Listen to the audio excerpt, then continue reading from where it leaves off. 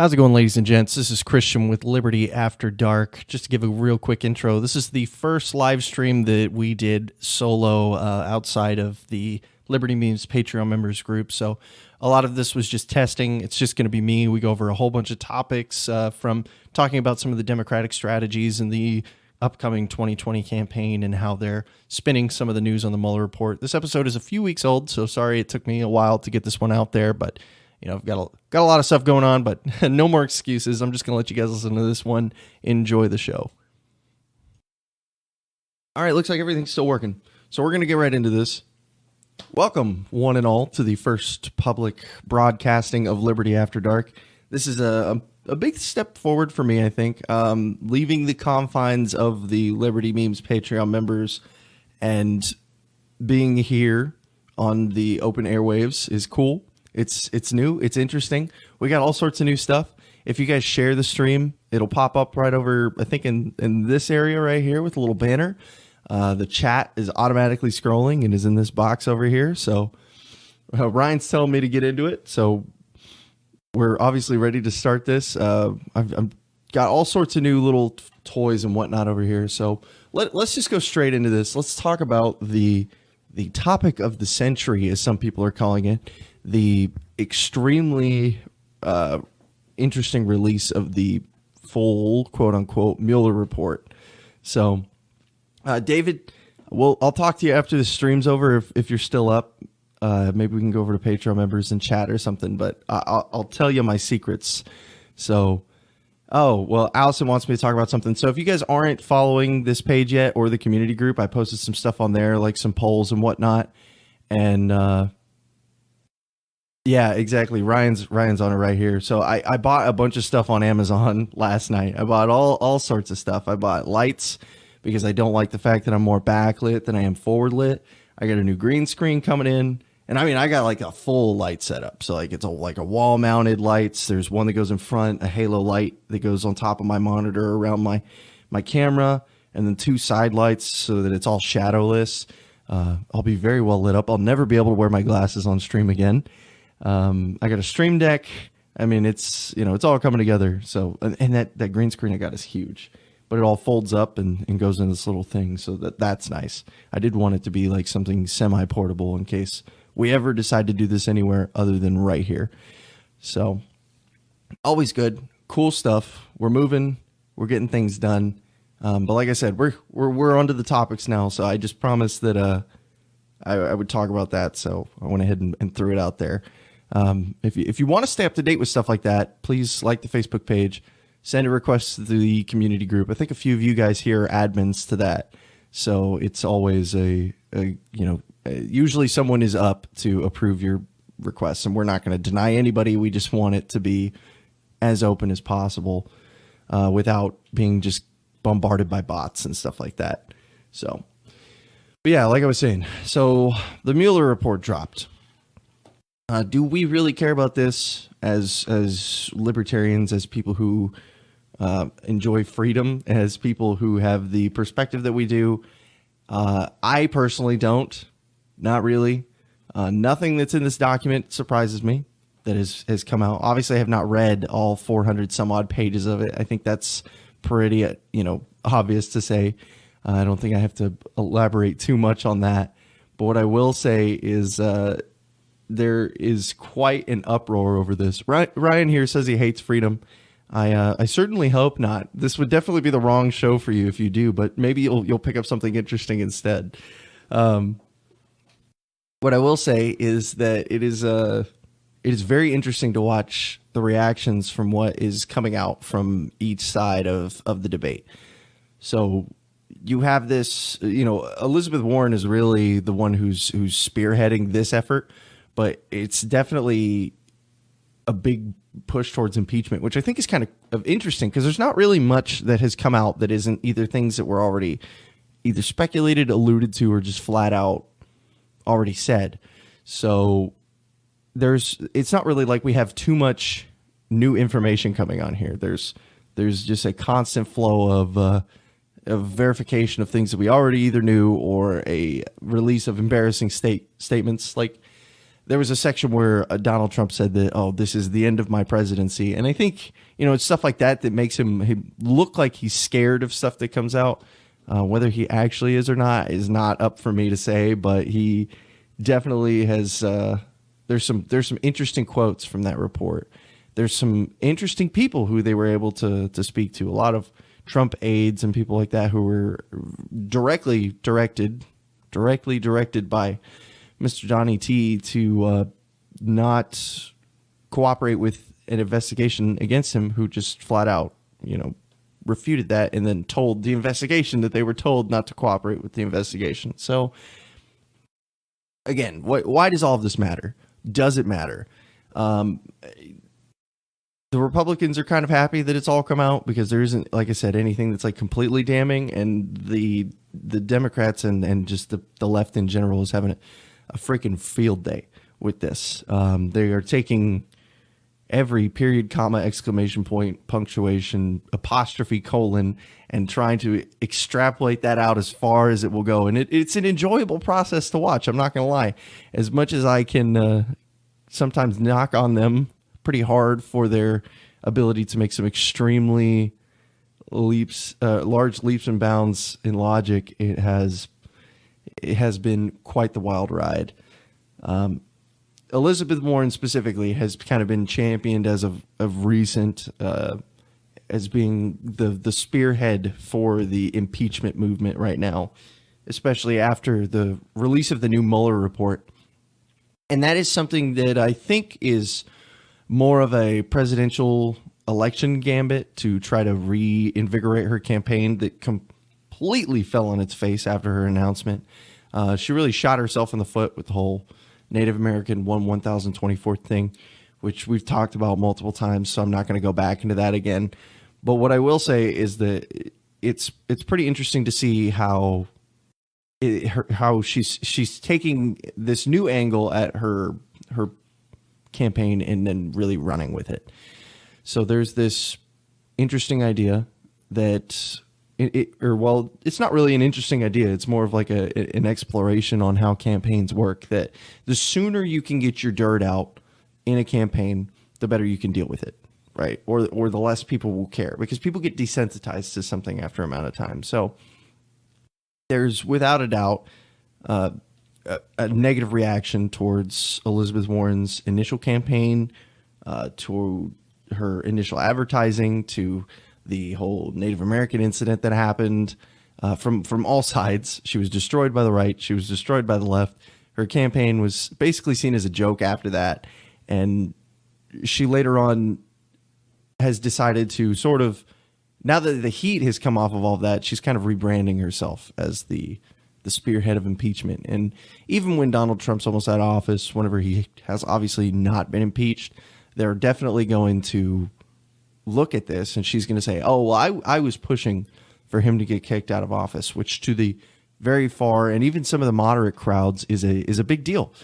People care about stuff like that. Ryan here says Trump took my bump stocks, impeach. I mean, I agree with you 100% that it is definitely a Second Amendment violation to have the bump stock bans, which is a problem. But I will say it is probably not a good idea to impeach Trump, even if we were to have a justification like a constitutional violation to do so. It is definitely more of a, I don't like the idea of having anybody else who's in the chain up there in office. I mean, I've made no pretending towards anything like this, or I've made no illusions otherwise. I'm not a huge fan of Donald Trump. I don't think most of us here are. If you've listened to the show before, you may be a fan. That's a possibility. I think if you are into that sort of thing, that's an interesting way of going about it. But I'm not a huge fan, and I don't know if impeachment is the right answer either way. Eric here says, true, it would take an impeachment to make Warren even moderately relevant. If Donald Trump was impeached after her going on this massive campaign towards trying to push for impeachment, it would do absolute wonders for her campaign. Absolute wonders. She's, like I said, she would take full credit for it. And, you know, whether or not it would be deserving is not necessarily my, realm of expertise.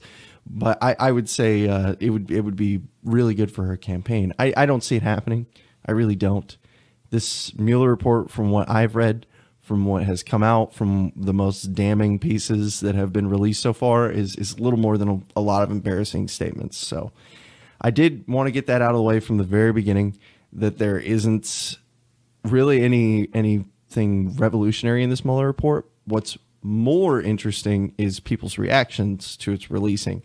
And I think to a certain extent, it's all kind of predictable, right? Like the Republicans pretty much unquestionably defend Trump, minus a couple of outliers who will probably get replaced in their upcoming elections if the seat is seen as relevant enough. But just to catch up with the comments real quick, Olivia says, can't watch tonight, but wanted to say hi and that I love your streams. We'll definitely watch this later. Fantastic. It'll also eventually come out as a podcast. I know I'm really far behind on that, so it is something that I've got to work on. But Dave actually here in the chat, David and Mary, I believe, are both here at the moment, and they run a show called Liberty Late Night, which if you haven't ever heard of that before, you obviously don't listen to my show either. So you guys need to check them out. They're really good stuff. They launched a Patreon. You should go support them. They give us fantastic free content. The least we can do is give them just a little bit of our support back. But I won't stick on that any longer. So I think there is something really interesting to dissect about this whole escapade that we have going on. And this is more of a dissection of the last, 20 years of American politics. And it's just kind of a self-perpetuating cycle at this point. But we have this it's not almost, it's a pretty predictable reactionary pattern to events that happen, right? So say, for example, we have this Mueller report. I could have told you, minus, again, a couple outlying situations where something is released in the Mueller report that has an absolute, damning piece of evidence that was somehow not included in any of the other reports or wasn't redacted. And barring something like that, I could pretty much tell you what the reaction was going to be. The Republicans are going to say nothing in this matters the day it releases without reading any of the 450 pages, and the day it releases without reading any of the 450, 480, whatever it is, the left would have come out and said, oh, this is it. We got to impeach Trump. So that is definitely a very predictable situation to be in. And I think it's almost too predictable. It's kind of interesting how little cognitive effort it takes to say, oh, well, neither side is going to be objective about this. They're going to run off of their narrative, and they're going to push it as hard as they can without even looking at the piece of evidence, always going towards the narrative. Very, very minimal amounts of objectivity. Sometimes you'll get someone who really stands out, who really goes out of their way to be as objective as possible, and that's always a fun time. But what usually happens is like let's say Nancy Pelosi kicks someone in the face tomorrow, the reaction would be pretty much immediately predictable. The left would say they probably deserved it, and that would be their justification or something like that. They would try to spin it as if Nancy was like a victim in the situation, and kicking them in the face was the only way to empower themselves, get out of the situation. I don't know exactly how they would do it, but something like that. And the Republicans would talk about how just maniacal and crazy. It's like without even thinking about it, you could just split off and immediately take something like that and just run with it. And all you have to do is just put it in the position of the narrative. You just have to say, what does the narrative say? Let's take this example and let's customize it to fit the narrative. It's almost kind of annoying, I'm not gonna lie. So the question is, what can we do? What can we as the third option, I suppose, or as people outside of the establishment, what can we do about this issue with the narrative? And this kind of ties into a piece of fan mail that I got that I'm going to read. It's not very long. It's just a little critique of me. and I want to kind of dissect what it says, and not to attack the person. Like, I'm not going to give any names or anything like that, but I think what they said was interesting, and I wanted to talk about it here. I say fan mail. It's more of just like an email critique. So if you guys don't know, we have an email, contact@libertyafterdark.net, where you can send me anything you want about the show, as long as it's not like extremely derogatory. But I got it open right here. It's just a little short blurb. It says, audio quality sounds great. My only complaint is you're constantly bashing Republicans. When are you going to talk about the issues on the other side? So that's all it says. And I think maybe you guys in the chat can correct me. I don't know if I bash conservatives more than I do liberals. I don't know if that's true. I'm going to be completely honest with you. I have to listen to all of my shows back. I think I've talked about the Green New Deal and AOC ad nauseum multiple times, just because of how much these people blow my mind. But I want to make it clear that I don't have any leaning towards one side or the other. It's not like I prefer Republicans over Democrats, or I tolerate them more, or no. Let's just be completely okay. I'm going to level with you guys. They're all statists, okay? And in the worst way possible, both sides. And that's an issue. I give neither of them my sympathy. Neither side deserves any sort of pity. So if it feels like I'm focusing on one side that you might identify with over another, it's not my goal to come out and attack you personally. What my goal is to talk about things that are relevant to the current conversation and implement them in a conversation about liberty. So if the Republicans are making fools of themselves, I'm going to bash some Republicans. If the Democrats are making fools of themselves, I'm going to bash some Democrats. And if they're both making fools of themselves, which they usually are, I'll just bash both like I usually do. So I just wanted to get that out there. It was an interesting piece of fan mail that I got, and I first piece, thank you very much. I appreciate you contacting me. That's what the email is for, so you can get your opinions out there. And you may be in this live chat right now, for all I know. And if you are, I hope I at least answered your concerns a little bit. It's not my intention to be attacking anyone's personal beliefs, I guess. But if you're a statist, I'm going to call you a statist. I hope that makes sense to everybody. Just like if you were a commie, I would call you a commie. Or if you were a dictator, I would call you a dictator. If you're a statist, I'm going to call you a statist. So if you don't like that, exactly. Mike says it perfectly right here. Statist going to state. So I don't know if that needs too much more addressing, but what I will say is that, again, for the last time, I'm not trying to attack you personally or your beliefs. I'm trying to frame what is going on around the perspective of liberty. And a lot of times that means picking on one of the sides that is out right now. If the Republicans release Trump Care tomorrow, we would have an entire episode on Trump Care and how stupid Trump Care was. An entire episode. We talked about bump stocks for hours whenever the bump stock ban hit. So, and I bashed the crap out of them. That's probably exactly what they're talking about, actually. But I have some more topics lined up. But if you guys have anything that's on your mind, again, really big focus on engagement with the chat here. I want to see, we have more people than we usually do.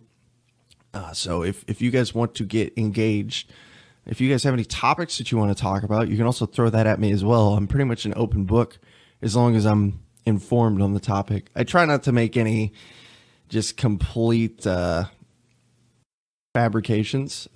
Sometimes I'll give like an initial impression to a story or something, but I don't typically like to talk about something that I'm not at least somewhat educated on. But that's just me personally. So we had the Mueller report. We had Elizabeth Warren pushing for impeachment. So this is something that's been going on for a long time too. Pretty long time anyways, relatively speaking. We have this anomaly of people inside of the Really? Okay, well, let's look at this from the perspective of the left, right? So we're staying in the realm of politics here for a second because I want to kind of dissect the human psychology that's going into the news outlets for how they're going to frame this 2020 election. And you're seeing a lot of posts coming out. I don't know how many of you guys follow left-leaning news outlets. I think it's important to get a well-rounded, interpretation of what's going on. So I like to keep it as open as possible. So I've seen a couple articles from CNN. I have one open right here from The Guardian, for example, in their U.S. politics sections. It says, if we can keep it, review how Trump happened and how America might survive. So we're seeing a lot of stuff framed around this. And while I fundamentally agree that Trump was a reaction to a hyper-aggressive left in a culture that is not open to progressive ideologies to a larger extent, though the longer progressivism is allowed to perpetuate, the more of an issue we have going forwards of it being normalized. We have an issue where, and this kind of goes back to like the whole NPC thing. It's almost like a dehumanization of people who voted for Trump, because I think there were legitimate needs in the people who voted for Trump that they were hoping would be fulfilled. And so that's something that I've seen a lot of. I'm seeing a lot of this talk that's like, well, we just won't let the inbred whack job rednecks vote next time, and we won't get another Trump. But I do want to catch up with some of these comments. Something to ponder on for a second. Kane says the problems we face are not merely a system, not merely an organization, but the minds of the people. The ideology of the population is what we need to change. I agree. That's why we're doing this right now. We're talking about, what we can do. I try to frame it as much as possible, what we can do, because there are a lot of cases where the system is not going to change for us.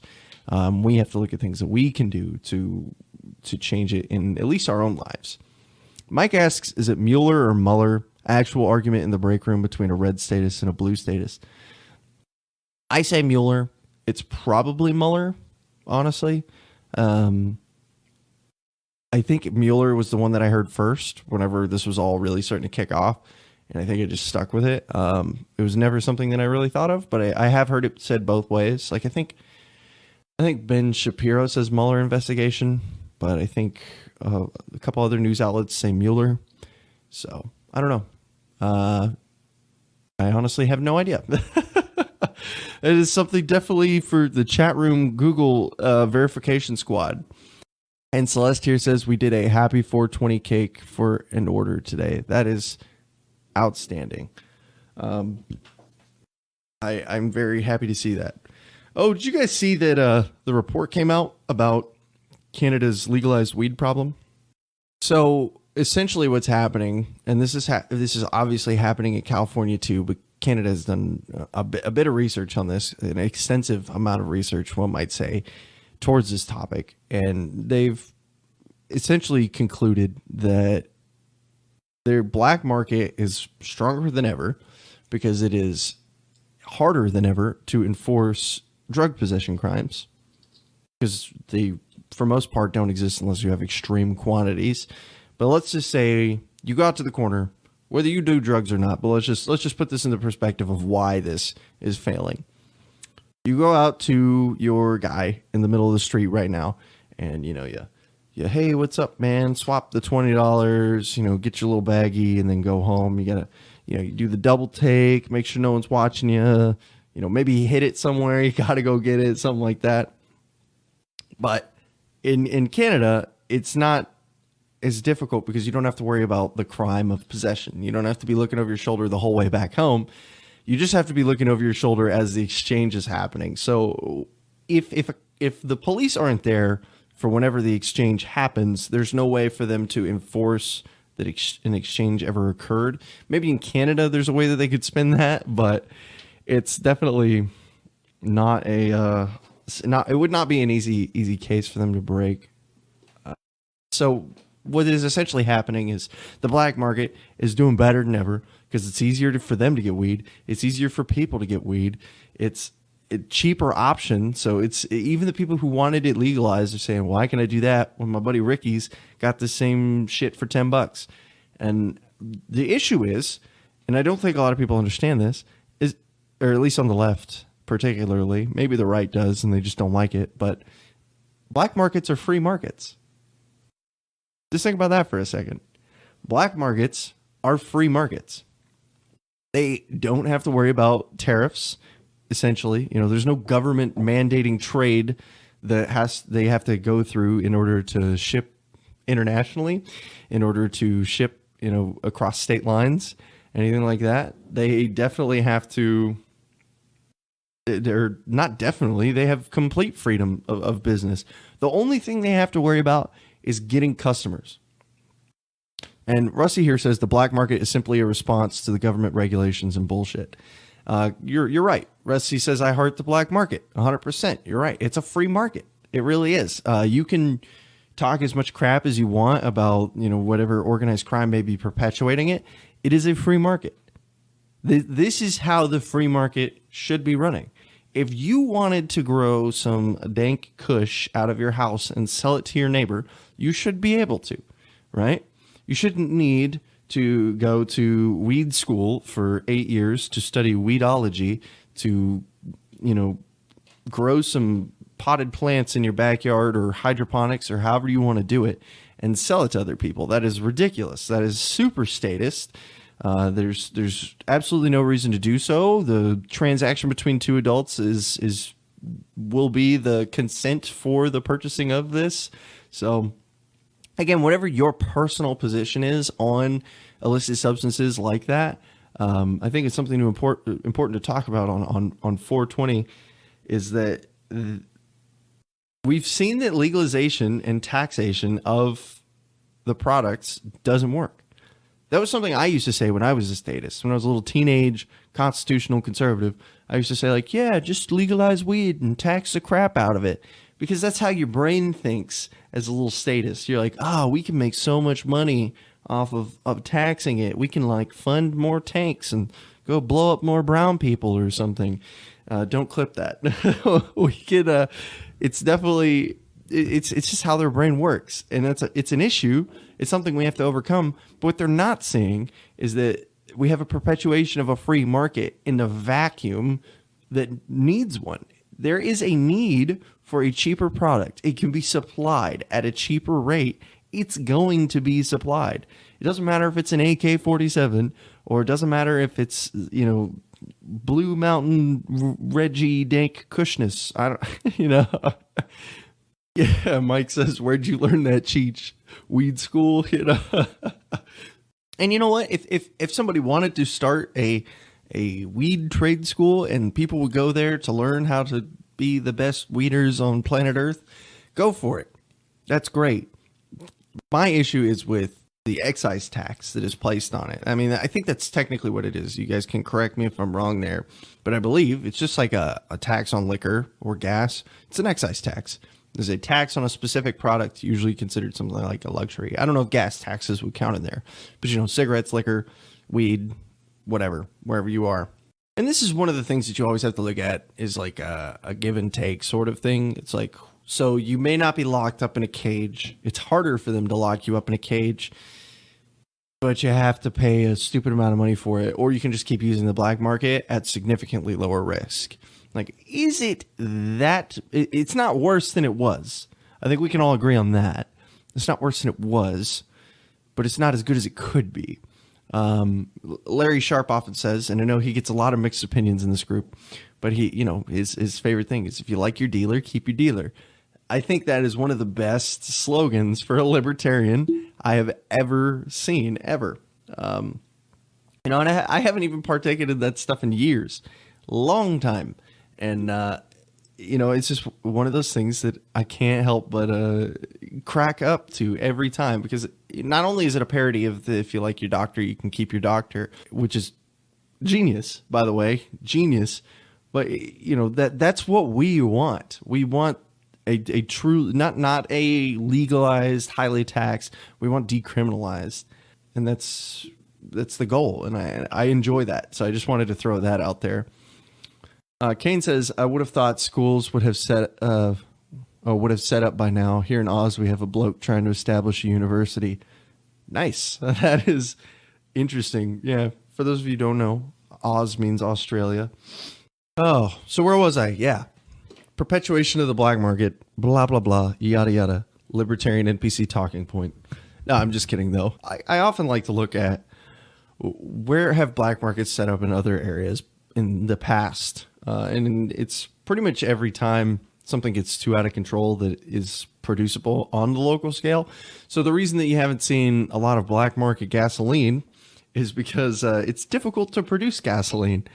You need a very large facility to do so. But we have seen a slight rise in alternatives to gasoline to try to offset some of the market demands for cheaper gas, which, you know, for those of you guys up north, or Cali, or I think it's Mass, I believe. Y'all's gas is ridiculously expensive. Don't come to Texas, please, for the love of God, stay there. But Texas has a lot of problems. Expensive gas is not one of our problems, thankfully.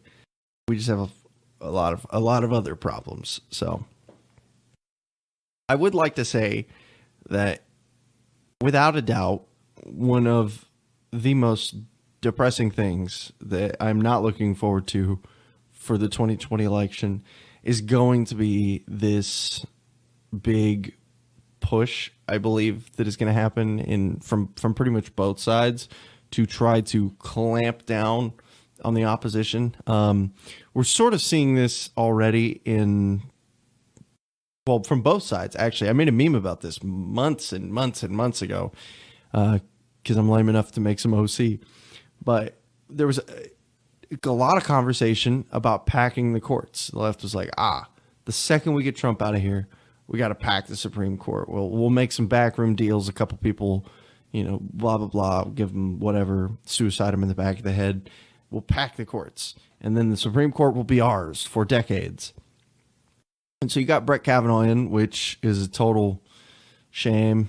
I mean, that man, his involvement in the Patriot Act alone was enough for me to not want him in the Supreme Court. Because obviously he knows nothing about the Constitution. Not that it matters anyways, because the Constitution's bunk and so is the Supreme Court. But hey, you know, if we're going to go on this crazy train. Kane says we're paying almost $8 a gallon.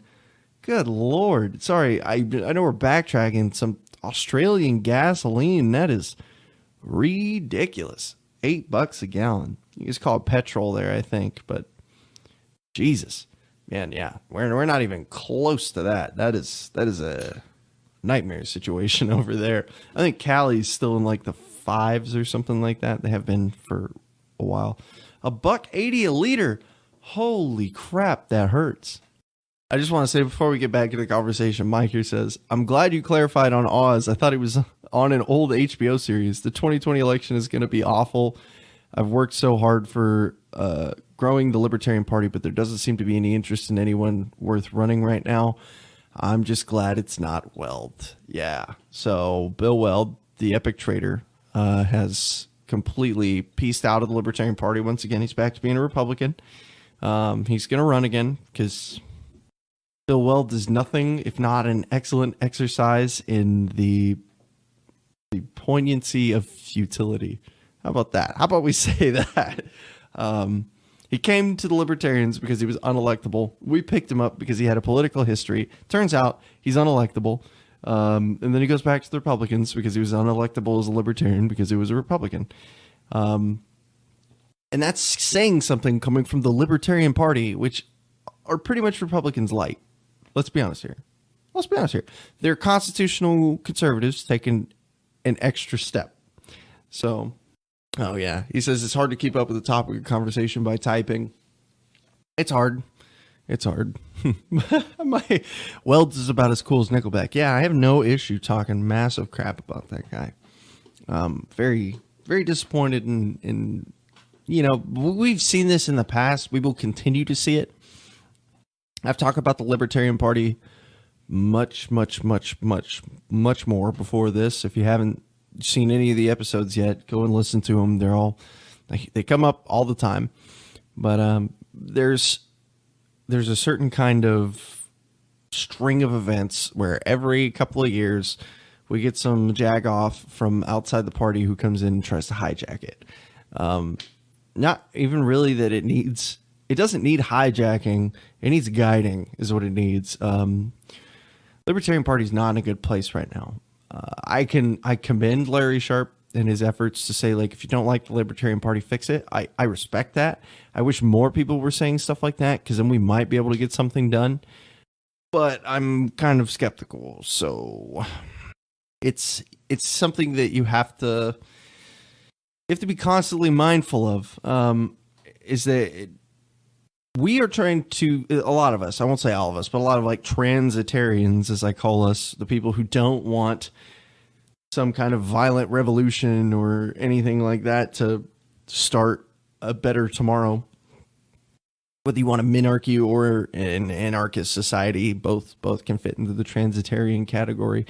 A lot of them want to reform the Libertarian Party to push us in at least an extremely small minarchy. And then, what's the quote? I can't remember who said it. I want the government, or I don't want to get rid of the government. I just want it to be small enough so we can drown it in the tub. That's a quote from a guy I can't remember the name of. It's definitely something that we have to consider. To a certain extent, minarchists and anarchists are allies against statism, until you start saying, minarchists are like, oh, no, I like this. And then you completely branch off from there. A lot of fundamental disconnects there. But again, like I said, if they banded together, the two sides, to reform the Libertarian Party, they could get a lot of stuff done. But it's always important to remember that as you are trying to do this, there are other people who are trying to hijack the Libertarian Party as well. You have all of these people who were pretty much, I'm assuming, raised Republicans who come over, and these are where you get your wall libertarians, which, if any of you are wall libertarians, somebody hold my beer, please. Somebody hold my beer, because, man, it's, that's a real humdinger of a thought you got going on there, and I would love to dissect your processes through it. And if anybody says in the chat, well, don't you have a door on your house, or don't you have walls on your house, or something like that? Rusty says I work with a wall libertarian. No, you work with a Republican. I'm just gonna say that. I was the guy who, like, 2 episodes ago said, like, we can't be like checking everybody, like, oh, you're an anarchist and you don't want to sell AKs to babies, like, you're not a libertarian. A wall, that's just not a thing. That's like saying you're a libertarian who wants more military spending. That's not a thing. Like, you're a libertarian who doesn't want to balance the budget, or at the minimum, or pay off the debt. That's not a thing. That's like, why even call yourself that? Like, be honest with yourself. Just come out of your ideological closet and just get over it. I mean, I used to knock on libertarians when I was like a teenager for this. I was like, they're just like hipster Republicans, because it's so true. There are so many of them that are just like, bro, I smoke weed. Like, I don't like the gays, but I smoke weed. Like, I could be a libertarian. Like, that's not how this works, buddy. And I know that's hyperbolic. I know it is. I'm sorry, but I will say it's kind of true in a lot of cases. That'd be like if Mike Pence came over to the Libertarian Party after this and was like, I can't win as a Republican, so I'm just gonna, I was VP, so now I'm gonna go over to the Libertarian Party to try to be president or something. Yeah. Oh man, he calls me a commie because I'd prefer open borders. He shuts up when I name all the communist socialist countries that have walls. I mean, I think that's what's the word I'm looking for here? I don't necessarily think that that's like a bad line of logic. I don't necessarily believe that it's super pertinent to today. Because I mean, you have an extremely large amount of freedom of movement in the EU, and they're like socialists as hell, essentially. So it's something that you have to consider. I'm not defending them. I'm just saying, like, that is a very old school, like, Kane says, There's only two people, those for humanity and those against humanity. It's a bit complex, but rather simple. Our only hope is education of the rest of the population. How to educate is the question. I'm only a crowbar swinging opal miner, but I believe showing people the lifestyle and the benefits of living a self-governed free will on the foundation of do no harm. Oh, hold on. Sorry, I got to open this up a little bit. Foundation of do no harm, take no harm. Yeah, no, see, that's good. That's like the core tenets of libertarianism. Like, if you can follow the NAP, I think everything else just kind of lines into place. I'm going to be completely honest with you. I know there are a lot of libertarians who don't like the NAP. Okay, but, you know, we can have a discussion about the NAP. That's fine. I think there's some debate to be had there. I don't necessarily know if it's the most compelling debate, but there is some debate to be had there. But if you can follow the NAP and do what Kane said, you can be a successful libertarian. I would add something to the effect of like minding your own business too, because some people like to interject themselves into situations that they definitely don't have to, and that is an issue as far as libertarians are concerned. It comes in a lot when you're talking about like NAP violations and stuff like that. People interjecting themselves into a situation that they don't fully understand. Problem, big problem. Just saying. Not that I'm ignoring you, Celeste, but I did see your eminent domain is theft comment. If you guys would like to talk about eminent domain, we can. But, you know, I think that just is part of the wall discussion, really. It's just, if a government comes by and tells you, like, hey, we're gonna take this land, and you say, hell no, that's my land, I own it. Well, first off, joke's on you. None of us own anything here, so, you know, whatever. We're all just renting from the federal and state governments who rent from the federal government, which is just, man, we're hitting a lot of these my favorite topics today. Just things that I'm just, yes, like that is the sauce. Like, I don't even, like, if you have a house, you could have paid hundreds of thousands of dollars for it. It isn't even yours. Bam. that is just so great. I agree with the NAP, but also a preemptive defense option. It's a gray area. Kane, there's, I won't get too far into the NAP. I know one time we went on like a multi-hour rabbit hole with the NAP, just going through like every scenario. But what I will say is that if a threat is credible, then there is a justification to use a measurable and reasonable, as noted in the NAP, level of force to defend yourself.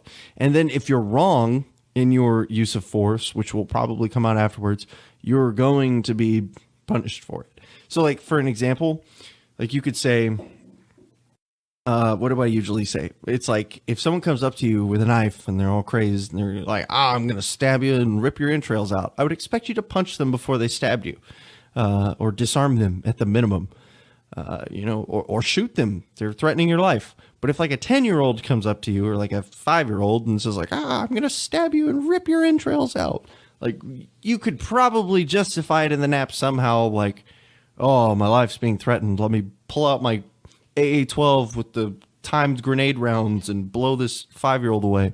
But again, I would think that your initial reaction should always be to make the most reasonable and measured response at the same time. So I would suggest not blowing a 5-year-old away with an AA-12 just because you can justify it within some crazy NAP. But so Iraq is like the 10-year-old, pretty much. Rusty, that's an interesting way of looking at it. If he actually said entrails, I'd think he was crazy enough to do it. Yeah, exactly. Yeah.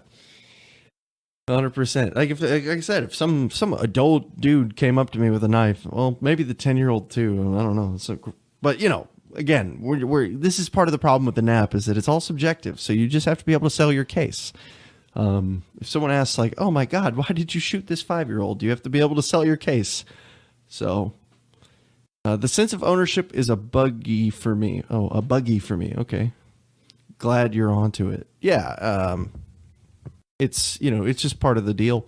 I believe personally, like if you go full anarchist, you know, let's say you leave minarchy behind, if any of you are minarchists, and you go full anarchists and you drop the Constitution, you go full spooner, as some might say, you have a You really have to find something. You do, because you either have to accept that you live in a lawless land, which some people are okay with. A lot of implications of that I'm not a big fan of. Or you have to accept that there is some kind of fundamental law beneath all laws, I would say, and that's the NAP. It's more of a code, I would say, than any sort of like law, because again, it's fluid, it's subjective, it's a natural response. So I think that's one thing I will say is that the NAP is pretty natural. It's intuitive. The NAP is intuitive. It really is. Unless you have some kind of something that it makes it difficult for you to be able to process a situation that's around you, the NAP is inherently intuitive, and that's by design. Or you could maybe not say by design, because that is suggesting that, the NAP is like created for, like a purpose to serve us, but the NAP is just kind of a consequence of us existing as the beings that we are. Good stuff though, man. Good stuff. I will say. I always enjoy talking about the NAP. I can go on some epic NAP adventures, and we can have quite the discussion.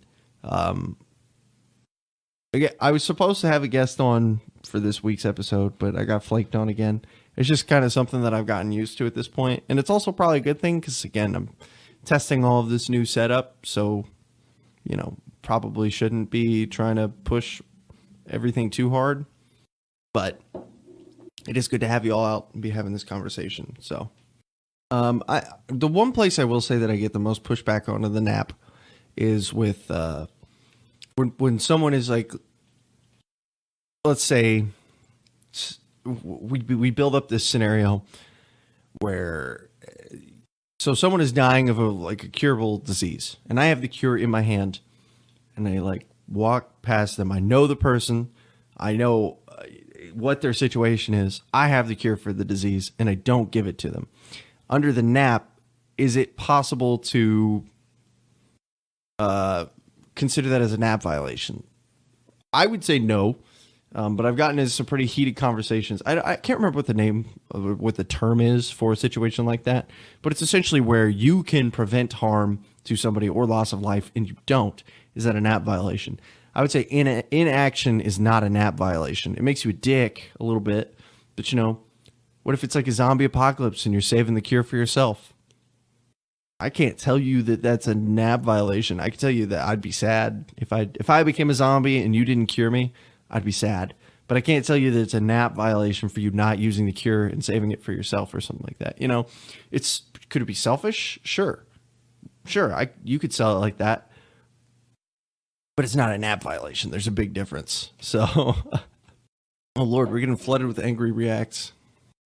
I agree. You can be a dick and not violate the NAP. Yeah, you could, you can stand out on your lawn all day, and you could be like, "Hey, don't get in my lawn, kids." Dude, that ball, that's my ball now. It's on my property, or something, whatever. You could be that old cranky man, sits out on his lawn all the time with his shotgun, defending his property. A little bit dickish. I'm not gonna lie, but you're 100% within your NAP rights to protect your property, and that includes the ability to protect your property from anyone who comes to challenge your ownership of it, and if they haven't gotten your consent to come onto your property. So I would say yeah, no duh, he's not doing a NAP violation by defending his property rights. I'll say he's a dick, so that's pretty much how it would go down. And you would, but this is another important thing about the NAP, is that I think it's important in whatever world you decide to live in. Let's go to total fantasy land. Let's say in my case, it would be like Ancapistan. This is one of the reasons why I kind of advocate for you going to an Ancapistan that is willing to track and codify and kind of make a precedence, like a NAP precedence for their township. So let's say there's a dispute over a NAP violation. Once the decision has been made, they codify it, they put it into a document or something, and they were like, this is the NAP violation. This is what happened. This is what the person did. We deemed this as an acceptable, response in accordance to their NAP being violated. you can use that as precedence in the future in reference to it, because sometimes it could be difficult without having a frame of reference to look at the situation that you're in and being able to demonstrate, I'm not saying necessarily like a legal precedence, because that's where you get trapped into the things like, oh, well, nothing can change. But I would, again, I would just encourage to keep like the most rudimentary of quote unquote justice systems in your township. I would like to find a scenario, and one day if I ever come up with it, I'll let you guys know, that avoids the whole Hatfield-McCoy effect. But pretty much the only way you can get around that is if you create a justice system that's as fair as possible without, or it's all, enforced by contract law. Like if you're going to be a part of this township, you're subjected to this justice system. This is how you can get pulled into it. Or perhaps a private court system that if mutual, agreement is reached, then it can be dealt with in a private court system. I could see that being done too. But again, this is all stuff that you would have to enforce through contract law, because through the NAP and natural law, you can't really enforce a justice system onto anybody who doesn't consent to it, which is one of the problems with the justice system today. Just throw that across my desk. Bam. We just got through so much information in like a 5-minute time span. I'm just like a word missile today. Oh no, here come the angry reacts. What did I do this time? We all read To Kill a Mockingbird. What do we do when the justice system violates the NAP? See, so you have to do your damnedest. Okay, so you have two options, right? Like let's look at this from the two flip of the coin perspectives. You have like this transitarian pacifist sort of, or at least non-confrontationalist side of libertarianism that says like, do what you can to avoid being in the justice system to begin with. Practice agorism, but just try to stay out of the courts, because they're not going to go in your favor most of the time. Your rights are going to get violated. Just having to go pretty much is a violation of your rights. But once you if you were to be put into the situation like that, you have to do what you can within the confines of the law, because you can't change how the courts run in the court. And then you have like the burn everything to the ground side, which, this is one situation where I feel like they have some sort of merit. And it's like the only real answer to where you can be uncompromising. Like, let's say you get into a dispute with somebody and they take you to court, or you get taken to criminal court. You have no other option, if you want to stay completely consistent with your ideology, than a resort to violence, because that's going to be the only thing that gets a response, which is not good. I'm not a fan of that. I'm not going to tell somebody like, oh yeah, well, when they come to your house, just like sit out there with your shotgun. Like, no, don't. You'll die. You'll die. You will probably die. You will kill some other people and you will die. That will be your impact. And that sucks. Let me tell you, that sucks. It is not a great situation to be in, and that is why I think the justice system is one of the first things that has to change, because it's something that everyone is affected by, and it is something that you either comply with, or you get thrown in a cage and you lose all your rights at the best, and you die, and then you lose all your rights at the worst. Some people may feel that is a better alternative than being thrown in a cage. I don't know. That's a scary idea for me. But yeah, either way, neither are, neither very nice. I'm not trying to be in either of those situations. So that is something that we all have to consider. If you get pulled into criminal court, that is something you have to think about because of the position that we're in. If you get pulled into civil court, even,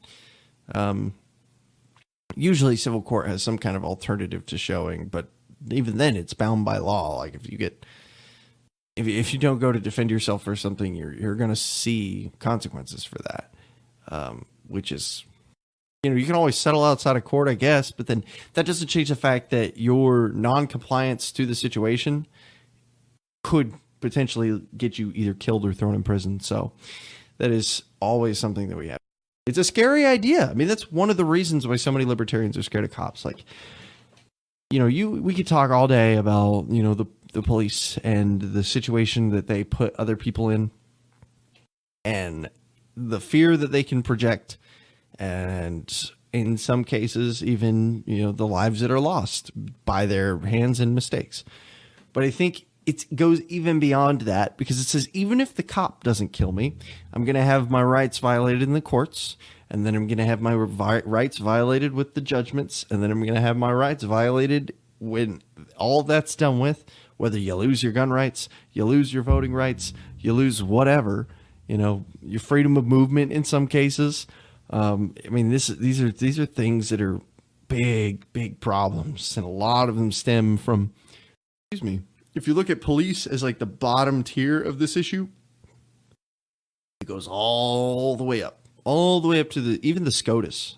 That's like the ultimate pinnacle. I think a lot of people would agree with the justice system, federal appeals courts. From bottom to top, it's a broken system, broken. It incites fear. It incites violence. It incites this bad culture of seeking punishment for people who haven't even committed crimes. Yeah. Forget no victim, no crime. Like, there are people who are honestly just hamstrung into legal decisions that they didn't consent to and wanted no part of because they were thrown into them by another party. It's a system that can be abused. It is broken. It will be broken. And so, to directly answer your question, what do we do when the justice system violates an app? I'm going to say, if you're a religious person, you need to pray on that one. If you're not, you need to make sure that whatever you do, you are 100% okay with any of the consequences that can come apart with that. Like I said, call me what you want. I'm not exactly looking for death. So I'm not going to be sitting out in my front lawn waiting for them to come up with a warrant. It's not going to happen. I care too much about not dying for that. You comply as much as you can. And when you feel like a line is crossed, if you want to protest, then do what you can. I would plead the fifth as much as possible. It's one of the few rights that you still have in the justice system. Don't say anything unless you believe it could exonerate you. And even then, probably better off not saying anything in a lot of cases. If you're the one being pulled into court, 9 times out of 10, unless you have like some really hard evidence, it's better if you just don't say anything. If you're the one being picked up by the police, pulled over, the less you say, the better off you are.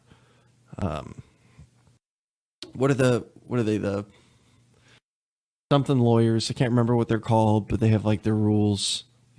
Good stuff. The corruption of the justice system is added reason why I oppose the death penalty. There are a lot of reasons to oppose the death penalty. The idea that, in this sense, in the current justice system, there are a lot of reasons to oppose the death penalty.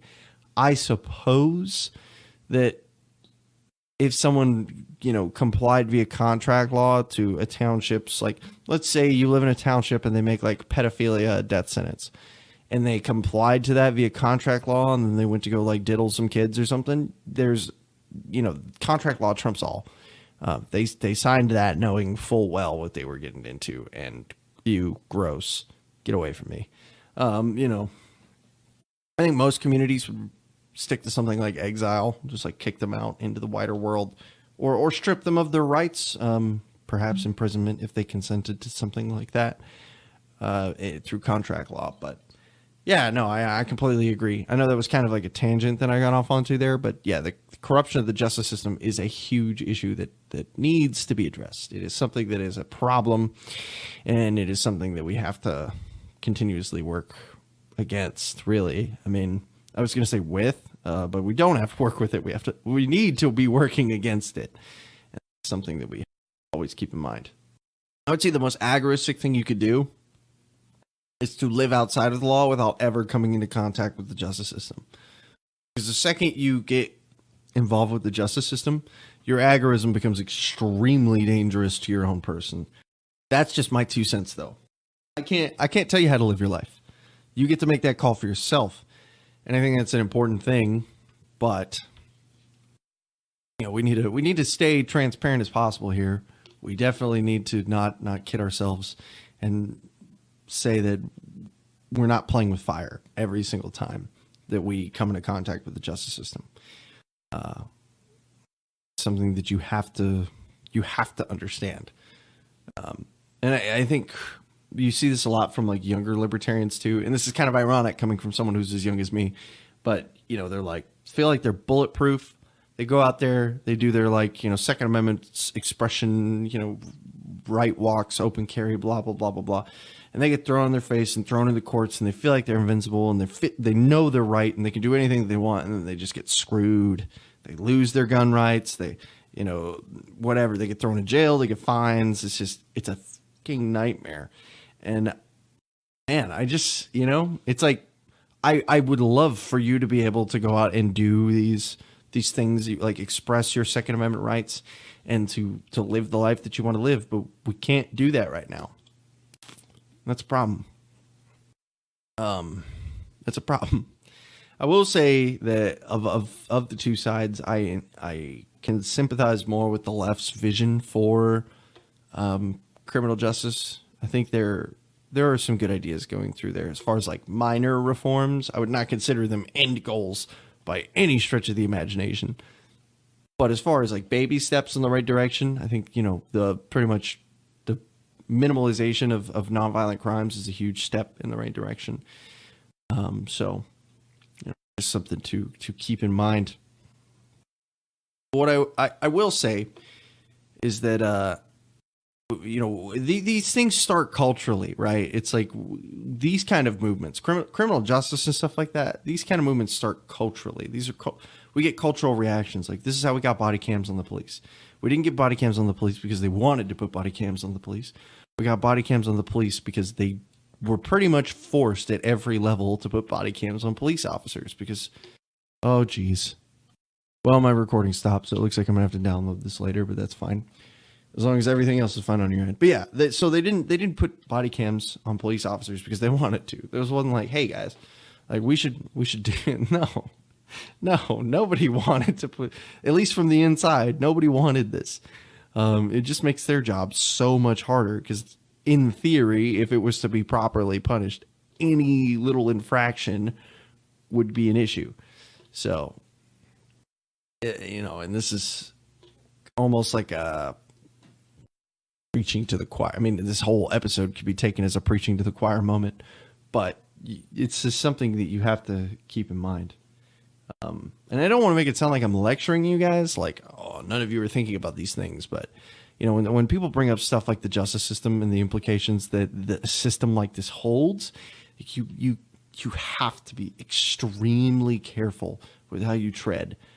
Because you only get one shot, man. I mean, even if you believe in like an afterlife or something like that, you only got one shot here at least. And I'm not trying to waste it. So, and I would consider a life where my rights are stripped from me in most fashions, which granted, yes, to an extent they already are, but even more so, like just forcing myself into an even more extreme form of slavery is not something that I'm trying to do.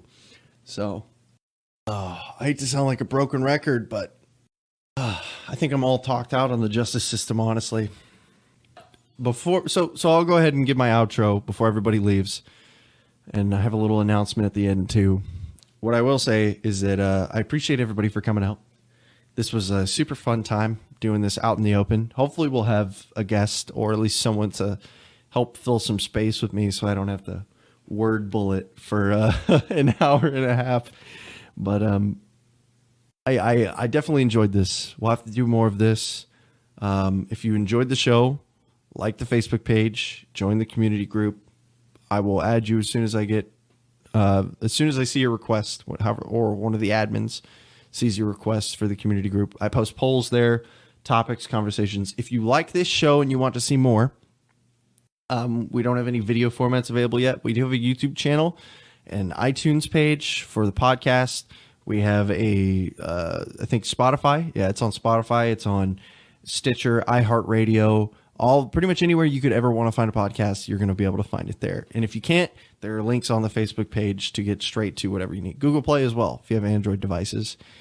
And so I had some conversations with some people last night, and so they convinced me to launch a Patreon for this stream. And I'm not going to push it onto you guys. Again, This is not, I'm not going to sit here and beg you for money, but,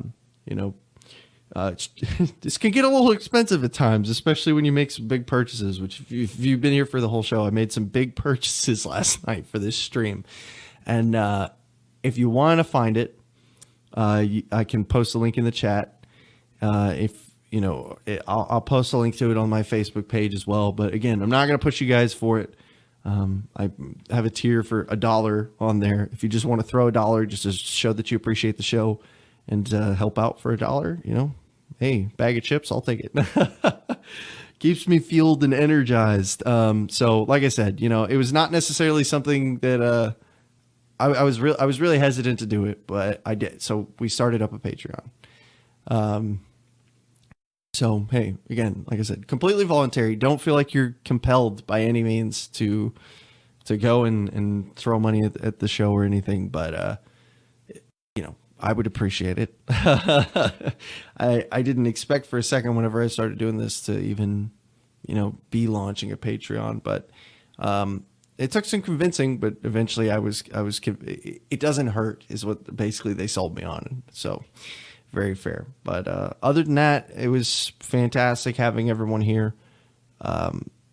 We'll be doing another one next week. I'm looking at the potential of doing like a midweek stream. It's just really hard in a lot of cases for me to do back-to-back streaming days, which is what I used to do. Jesus. Saturday and Sunday. Maybe we'll do like an LMPM special on Saturdays or something. I don't know. I still want to give some LMPM people some love since this is where we really come from. Don't forget to check out Liberty Memes. Like the Facebook page. There's this giant fly on my microphone. Get out of here. I'm sorry if that was loud. Jesus, it really loves me. I don't know if you guys can see this or not, but okay. I guess this is my cue to get out of here.